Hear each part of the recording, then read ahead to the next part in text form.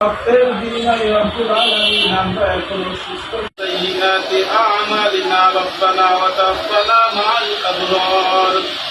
রব্বুল আলামিন কতিপয় গুনাহগার বান্দা আল্লাহ আসরের নামাজের পরে আত্মীয় দাও।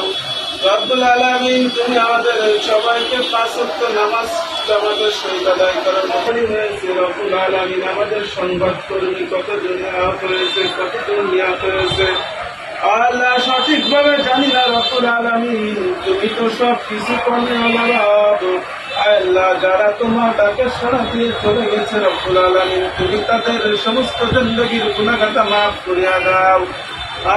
আল্লাহ সেই ভাইদের রক্তের বিনিময়ে রব্বুল আলামিন আমরা এখনো সুস্থ হয়ে আছি।